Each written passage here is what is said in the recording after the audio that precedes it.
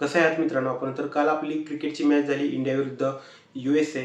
आणि पहिल्याच मॅचमध्ये आपण एवढं स्ट्रगल केलं.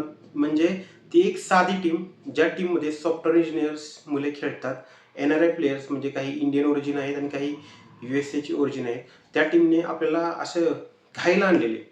म्हणजे आपण जर परफॉर्मन्स पाहिला आपला पहिल्या 10 ओव्हरीतला, तर 77 आपल्या 7 विकेट होत्या. पण सूर्यकुमारची खेळीमुळे आपण तो आकडा टार्गेट ते 160 पर्यंत नेऊ शकलो. अन्यथा आपला काल पराभवाला सामोरे जावे लागले असते. परंतु ह्या ज्या छोट्या टीम आहेत like USA, Netherland, Nepal, UAE यांना अंडर एस्टिमेट करून चालणार नाहीत. कारण की त्यांच्यामध्ये जे प्लेयर आहेत ना इंडियन ओरिजिन, ते इथूनच भारतामध्ये अंडर 90, अंडर 80, अंडर 70 मध्ये क्रिकेट खेळलेले आहेत. त्यांच्याकडे भरपूर सारा एक्सपिरियन्स आहे आणि त्यामुळे त्यांना आपण त्या टीमांना अंडर एस्टिमेट करून चालणार नाही.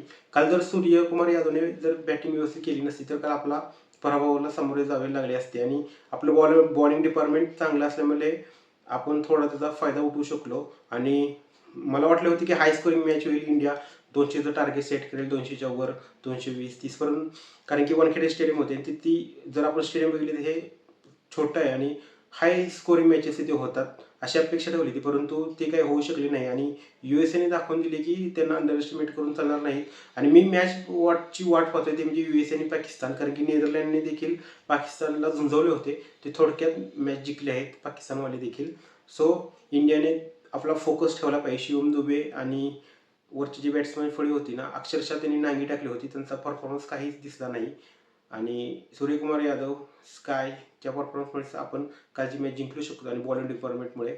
आणि येणाऱ्या मॅचेसमध्ये देखील आपल्याला परफॉर्मन्स आपला जर चांगला ठेवायचा असेल तर ओपनिंग बॅट्समनलाही हाय स्कोरिंग पहिल्या पॉवर प्लेमध्ये केले पाहिजे. नाहीतर पुन्हा प्रेशर आल्यानंतर ते विकेट फेकत आहेत असे. सो येणाऱ्या अपकमिंग मॅचमध्ये ती नेदरलँडची टीम असो, पाकिस्तानची टीम असो, त्यांना आपला परफॉर्मन्स दाखवावाच लागेल. अन्यथा जर आपण यांना अंडर एस्टिमेट करून चाललो तर आपला पराभव होणे साहजिकच आहे. आणि जर T20 वर्ल्ड कप पाहता तर आता मॅचेस बऱ्यापैकी सगळ्या सुरू झाल्या आहेत. आणि कालच झालेल्या मॅचेसमध्ये न्यूझीलंडने देखील ह्याचा पराभव करून आपली मॅच जिंकली इटलीचा. आणि बाकीच्या मॅचेसची जर आपण गोष्ट बघितली तर बाकीच्या मॅचेस पण चालू आहेत. वेस्ट इंडिजने स्कॉटलंडला हरवून त्यांनी देखील आपला विजय मिळवला आहे.